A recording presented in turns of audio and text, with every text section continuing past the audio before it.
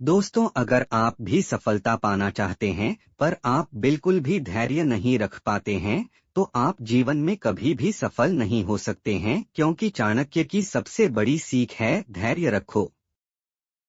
दोस्तों, अगर आप भी सफल होना चाहते हैं तो इसके लिए आपको धैर्य रखना बहुत ही आवश्यक है। आज की इस कहानी में जानेंगे कि कैसे एक व्यक्ति धैर्य की मदद से अपने जीवन में सफलता पाता है और आप भी धैर्य की मदद से अपने जीवन में सफलता पा सकते हैं। चाणक्य की इस कहानी में आप विस्तार से जान पाएंगे कि जीवन में धैर्य कितना आवश्यक है और अगर कोई भी व्यक्ति सफल हुआ है तो उसे धैर्य की ही आवश्यकता है। बिना धैर्य के कोई भी व्यक्ति सफल नहीं हो सकता है। तो आइए जानते हैं चाणक्य की इस कहानी के माध्यम से कैसे हम भी अपने जीवन में धैर्य को अपना कर सफलता पा सकते हैं। तो चलिए जानते हैं। प्राचीन भारत में मगध राज्य ज्ञान, नीति और अनुशासन के लिए प्रसिद्ध था। पाटलिपुत्र उसकी राजधानी थी, जहां देश विदेश से विद्वान, व्यापारी और शासक आया जाया करते थे। इसी नगर के एक छोटे से मोहल्ले में एक युवक रहता था, जिसका नाम आर्यन था। आर्यन का जीवन संघर्षों से भरा था। उसके पिता एक ईमानदार कर्मचारी थे, लेकिन एक षड्यंत्र के कारण उन्हें पद से हटा दिया गया और कुछ ही समय बाद उनका देहांत हो गया।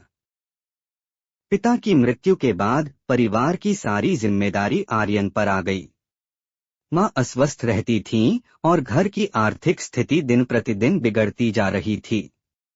गरीबी ने आर्यन से बहुत कुछ छीन लिया था, लेकिन एक चीज नहीं छीन सकी, उसका धैर्य।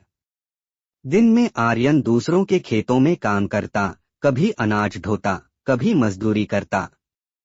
रात को जब पूरा मोहल्ला सो जाता, तब वह मिट्टी के दीपक की रोशनी में शास्त्रों का अध्ययन करता। उसे विश्वास था कि ज्ञान और धैर्य के सहारे वह अपने जीवन को बदल सकता है। लोग अक्सर उसे ताने मारते, इतना पढ़कर क्या करेगा, भाग्य में लिखा होगा तो अपने आप मिल जाएगा। लेकिन आर्यन मन ही मन चाणक्य की कही एक बात दोहराता, भाग्य भी उसी का साथ देता है जो धैर्य के साथ कर्म करता है।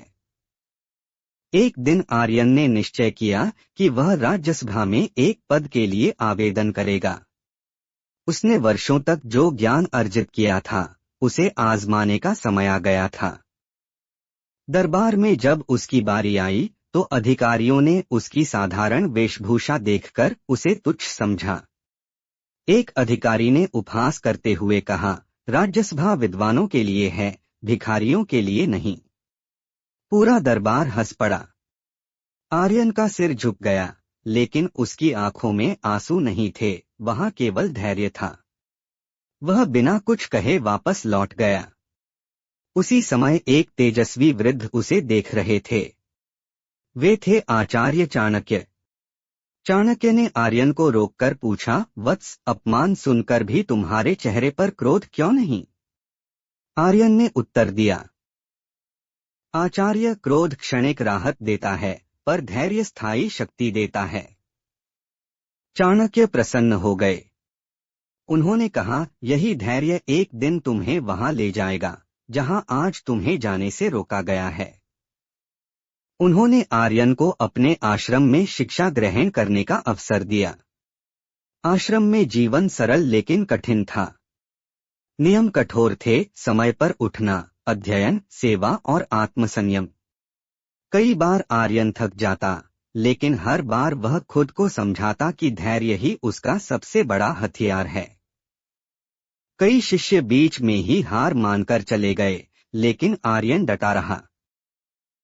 चाणक्य अक्सर उसे समझाते, जो व्यक्ति धैर्य खो देता है वह जीत के द्वार पर पहुंचकर भी हार जाता है। एक परीक्षा में आर्यन प्रथम स्थान नहीं पा सका। कुछ शिष्य उसका मजाक उड़ाने लगे। वह उदास हो गया, पर चाणक्य ने कहा, धैर्य का अर्थ यह नहीं कि परिणाम तुरंत मिले। धैर्य का अर्थ है प्रतीक्षा के साथ निरंतर प्रयास। आर्यन ने उस दिन समझ लिया कि असफलता भी धैर्य की ही एक परीक्षा होती है। कुछ वर्षों बाद मगध पर संकट आ गया। शत्रु राज्य बिना युद्ध के मगध को कमजोर करना चाहता था। राजा चिंतित थे। दरबार में अनेक मंत्रियों की सलाह विफल हो रही थी। चाणक्य ने राजा से कहा, महाराज, मेरे शिष्य के पास इस संकट का समाधान है। आर्यन को बुलाया गया। उसने शांत और धैर्यपूर्ण रणनीति प्रस्तुत की, जल्दबाजी नहीं, सही समय की प्रतीक्षा। राजा ने उसकी सलाह मानी। रणनीति सफल रही।